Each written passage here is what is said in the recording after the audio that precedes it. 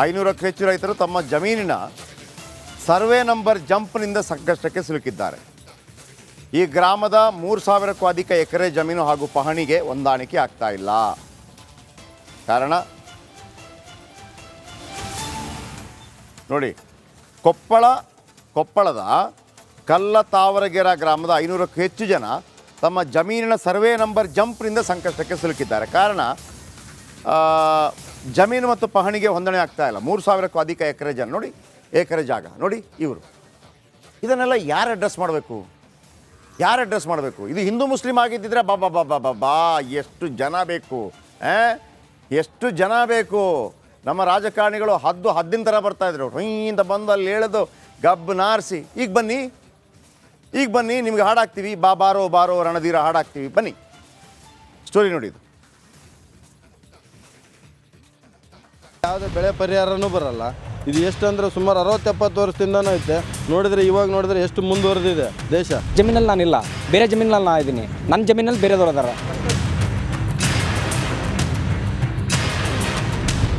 S ವೀಕ್ಷಕರೇ, ಹೀಗೆ ಕೈಯಲ್ಲಿ ಪಹಣಿ ಪೇಪರ್ ಹಿಡಿದು ನಿಂತಿರುವ ಅನ್ನದಾತರು, ತಮ್ಮ ಸಮಸ್ಯೆ ಬಗ್ಗೆ ರಿಪಬ್ಲಿಕ್ ಕನ್ನಡದಲ್ಲಿ ಅಳಲು ತೋಡಿಕೊಳ್ಳುತ್ತಿರುವ ರೈತರು ಕೊಪ್ಪಳ ತಾಲೂಕಿನ ಕಲ್ಲತಾವರಗೆರ ಗ್ರಾಮದವರು. ಇಡೀ ಊರೇ ಸರ್ವೆ ನಂಬರ್ ಜಂಪ್. ಸರ್ಕಾರದ ಯೋಜನೆಗಳಿಂದ ಅನ್ನದಾತ ವಂಚಿತ. ಹೌದು, ಕಲ್ಲತಾವರಗೆರ ಗ್ರಾಮದ 500ಕ್ಕೂ ಹೆಚ್ಚು ರೈತರು ತಮ್ಮ ಜಮೀನಿನ ಸರ್ವೆ ನಂಬರ್ ಜಂಪ್ನಿಂದ ಸಂಕಷ್ಟಕ್ಕೆ ಸಿಲುಕಿದ್ದಾರೆ. ಈ ಗ್ರಾಮದ 3000ಕ್ಕೂ ಅಧಿಕ ಎಕರೆ ಜಮೀನು ಹಾಗೂ ಪಹಣಿಗೆ ಹೊಂದಾಣಿಕೆ ಆಗ್ತಿಲ್ಲ. ಯಾರದ್ದೋ ಜಮೀನಿಗೆ ಇನ್ಯಾವುದೋ ಸರ್ವೆ ನಂಬರ್ ಆಡ್ ಆಗಿದೆ. ಇದರಿಂದ ಈ ಗ್ರಾಮದ ರೈತರ ಜಮೀನಿಗೆ ಸರ್ಕಾರದ ಯಾವುದೇ ಯೋಜನೆ ತಲುಪುತ್ತಿಲ್ಲ. ಹೀಗಾಗಿ ಈ ರೈತರು ಸಂಕಷ್ಟಕ್ಕೆ ಈಡಾಗಿದ್ದಾರೆ. ಮತ್ತೊಮ್ಮೆ ತಮ್ಮ ಜಮೀನು ಸರ್ವೆ ಮಾಡಿ ನಮ್ಮ ಸಮಸ್ಯೆ ಬಗೆಹರಿಸಿ ಎಂದು ಬೇಡಿಕೊಳ್ತಿದ್ದಾರೆ. ಈಗಾಗಲೇ ಸುಮಾರು ಒಂದು 60-70 ವರ್ಷಗಳಿಂದ ಇದೆ ನಮ್ಮ ಗ್ರಾಮದಲ್ಲಿ. ಯಾಕಂದ್ರೆ ಪ್ರತಿಯೊಂದು ರೈತನ ಸಂಕಷ್ಟ ಇಲ್ಲಿ ಅರ್ಥ ಮಾಡ್ಕೊಳೋರು ಯಾರಿಲ್ಲ. ಯಾಕಂದರೆ ಇಲ್ಲಿ ನಾವೇನಾದರೂ ಲೋನ್ ಮಾಡ್ಸೋಕೆ ಹೋಗೋದಾಗಲಿ, ಯಾವುದಾದ್ರೂ ಸರ್ಕಾರಿ ಸೌಲಭ್ಯಗಳನ್ನು ಪಡ್ಕೋಬೇಕಂದ್ರೆ ಯಾವುದು ನಮಗೆ ಬರ್ತಾ ಇಲ್ಲ. ಇವತ್ತು ನಾನೇ ಒಂದು ಗಂಗಾ ಕಲ್ಯಾಣ ಯೋಜನೆ ಹಾಕೊಂಡಿನಂದ್ರೆ ಅದಕ್ಕೆ ಉಪಕರಣಗಳನ್ನು ಕೊಡ್ತಾ ಇಲ್ಲ. ಅವ್ರೇನಂತಾರೆ ಅಲ್ಲಿ DC ಆಫೀಸ್ನಾಗ ಹೋದರೆ ನೀವು ತಹಶೀಲ್ದಾರ್ ಕೂಡ DC ಕೂಡ ಒಂದು ಲೆಟರ್ ತೊಗೊಂಬರಿ ಅಂತ ಹೇಳ್ತಾರೆ. ಅವ್ರೇನಂತಾರೆ ನಿಮ್ಗೆ ಈಗ ನಾವು ಹೊಸ್ದಾಗಲ್ಲಪ್ಪ ಕೊಡೋದು, ಮೊದಲಾಗಿಂತೂ ಇದು ಹೆಂಗೆ ಬಂದೈತಿ, ನೀವು ಹಂಗೆ ಉಪಕರಣ ತೊಗೊಳ್ರಿ ಅಂತಾರೆ. ಆದರೆ ಈಗ ಅವ್ರ ಉಪಕರಣ ಯಾವುದೇ ರೀತಿ ನಮ್ಗೆ ಕೊಡ್ತಾ ಇಲ್ಲ ಸರ್. ನಮ್ಮ ಯೋಜನೆಗಳು ಅಲ್ಲಿ ನೋಡಿ, ಇದನ್ನು ಹೇಳೋರು ಯಾರಿಲ್ಲ. ಎಲ್ಲಿ ಕಲ್ಲತಾವರಗೆರ ಗ್ರಾಮದ 500ಕ್ಕೂ ಹೆಚ್ಚು ರೈತರು ತಮ್ಮ ಜಮೀನಿನ ಸರ್ವೆ ನಂಬರ್ ಜಂಪ್ನಿಂದ ಸಂಕಷ್ಟಕ್ಕೆ ಈಡಾಗಿದ್ದಾರೆ. ನಾವು ರೈತರ ಪರ ಸರ್ಕಾರ, ನಾವು ರೈತರಿಗಾಗಿ ಏನು ಬೇಕಿದ್ರೂ ಮಾಡ್ತೀವಿ. ಏನು ಮಾಡಿದರೆ ಬನ್ನಿ ಮಾಡಿ ನೋಡೋಣ, ಬನ್ನಿ. ಅಲ್ಲ ಯಾರೆಲ್ಲ ಸಂಬಂಧಪಟ್ಟವರು ಹಾಕಿ ಫೋಟೋ ನೋಡ್ಕೊಳ್ಳಿ ಪ್ರತಿಯೊಬ್ಬರು ಕೂಡ.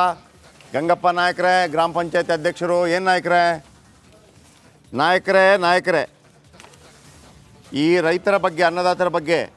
ಆಮೇಲೆ ಯಮನೂರಪ್ಪ PDO, ಯಮನೂರಪ್ಪ ಸಾಹೇಬ್ರೆ, PDO ನೀವು ಗ್ರಾಮ ಪಂಚಾಯತಿಗೆ ಅದು ನೋಡಿ, ಅದು ಏನು ಅಂತ. ಅದಕ್ಕೆ ಯಾರು ತಹಶೀಲ್ದಾರ್ ಬರಬೇಕಾ? ಸರ್ವೆ ಜಂಪ್ ಆಗಿದ್ದರೆ ತಹಶೀಲ್ದಾರ್ ಬರಬೇಕಾಗತ್ತೆ ನನ್ನ ಪ್ರಕಾರ.